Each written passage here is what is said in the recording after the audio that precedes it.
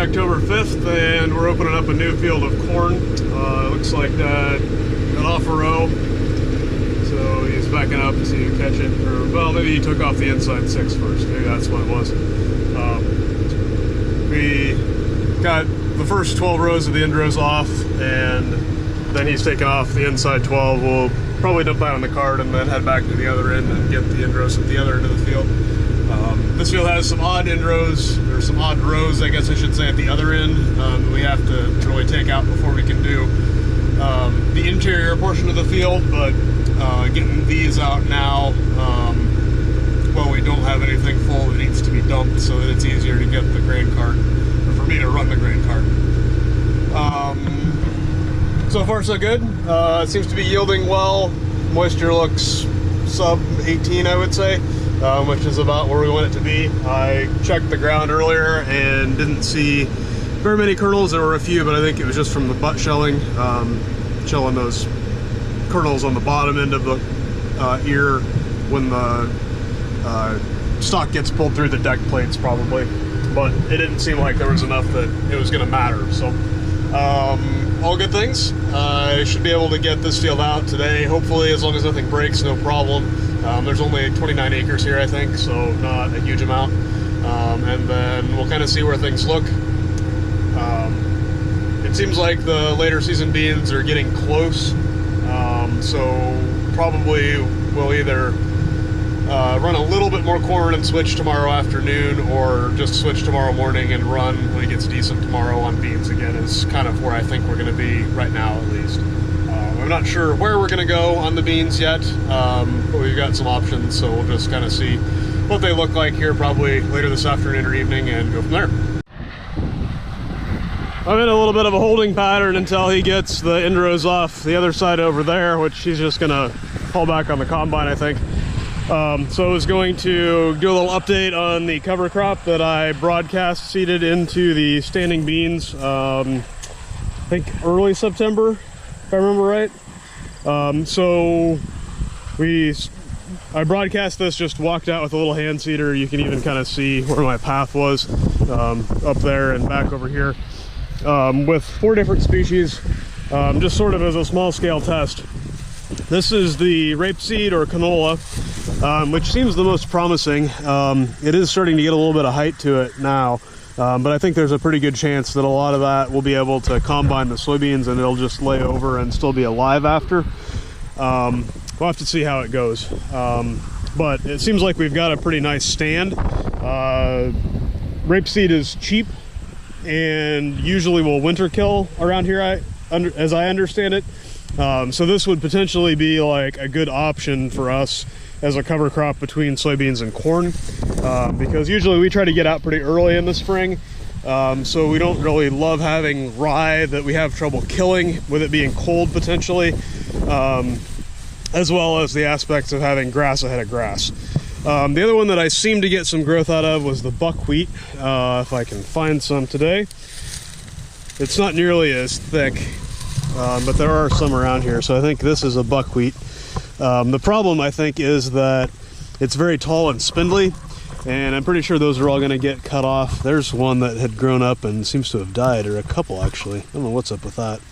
Maybe they might have got frosted, I suppose. I'm not sure how buckwheat does temperature-wise.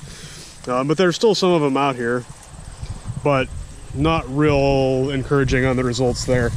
And then I also did some white and some red clover, which the last time I looked at them, I wasn't seeing any growth yet, but I think there's a chance that there's stuff there. It's just not grown enough to get out of the leaves and stuff where you can see it yet. But this is the red clover strip. Don't see any green at the moment.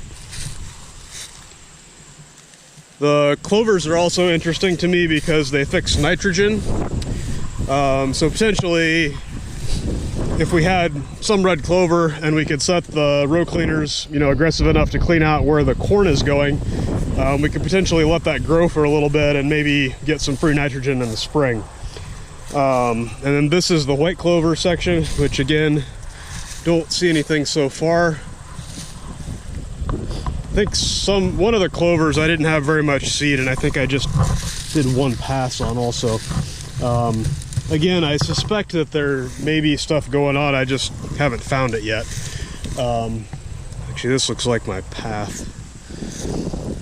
The only green that I see, I think, is weeds though. So that's probably a morning glory. But the rapeseed is definitely encouraging. Try to kind of keep an eye on that both when we harvest these, which probably they should go pretty soon, I think. Those lower pods are pretty crispy.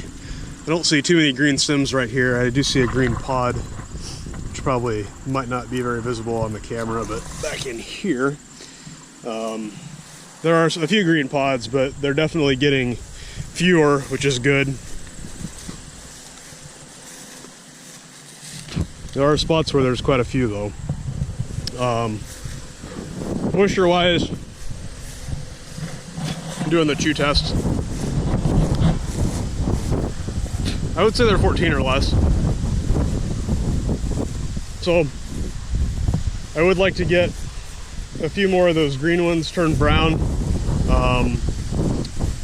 Probably not this field, but we may put some beans into a bin, and would really like to not have the green lima bean soybeans in there because they won't keep the best. But things are moving along. Forecast looks pretty good for the whole week, I think, or for everything at this point. I'm sure, I would guess that we'll get some showers again at some point, but for the time being, it's pretty much full steam ahead. And as long as nothing breaks, we should be able to get quite a bit done this week. I also should mention, so the clovers are a legume, which would be the same class of plant as soybeans, so the nitrogen fixing aspect.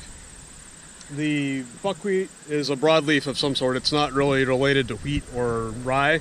I don't know a ton about it, other than they had it available in the outdoor section of a local farm store. For mostly their market would be for planting food plots for deer hunters, probably. The rapeseed, though, the other thing that's nice about it, or that's interesting about it, is that it's a brassica. Which is something that we don't grow as a cash crop, so there's probably less likelihood that it's going to, harbor microbes or insects or nematodes or whatever that would have an effect or that would be adverse to the things that we grow for profit. And also being a brassica, you normally will get a decent taproot, so that kind of can be good for taking out compaction or making the soil more mellow. So those are all things that are very interesting.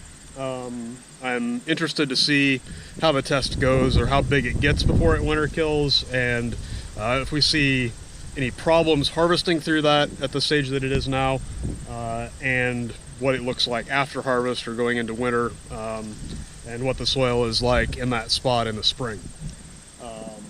I don't necessarily expect there to be a yield difference that we'll be able to see on the monitor next year driving across a tiny strip like that, but I definitely have an interest in keeping a living root in the ground year-round. I just don't love cereal rye ahead of corn, and there's not a lot of other things that work very well in this climate that we've found so far. One more thing about the rapeseed, and then I promise I'm done. It also is a very small seed, which means that you get a lot of plants in a pound of seed, which is kind of desirable for cover crop in general, I think. And also makes it easier to use in a broadcast application if you're doing it with a highboy sprayer or an airplane or something like that, that you don't have to put as many pounds of seed per acre to get a reasonable number of plants. So I think, if I remember right, the normal recommended seeding rate for rapeseed is like 8 pounds an acre or something in that range, whereas for cereal rye we normally will do like 45 to 55 probably most of the time. I think 45 is what the NRCS requirements are at this point. It used to be like a full bushel of pure live seed, which is I think 56 pounds for rye, if I remember right. So we were putting on maybe 60 or so actual, but it seems like the lower rates. I mean, the 45-pound rate gives us enough for erosion control, which is mostly what we're after. But even at this, like we're what, a fifth of that or less. Which is a lot less seed to have to deal with.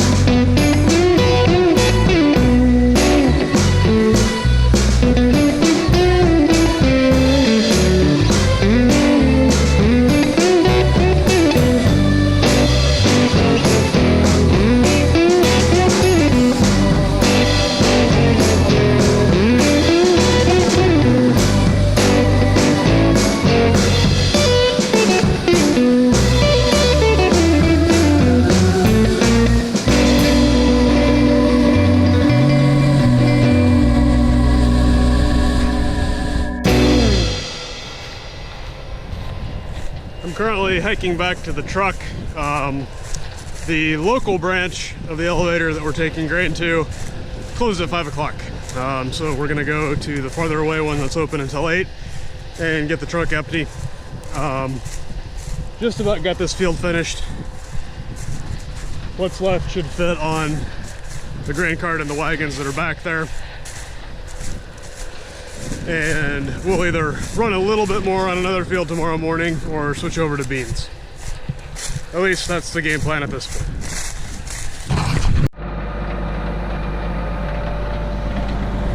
It's a little after 8 o'clock. I got the semi to the elevator and back, and got the last of the corn that was on the grain cart put onto the truck to take in tomorrow. And now we've got a little more than a wagon load to get in the bin. Not sure if I'm gonna get the second wagon tonight or not.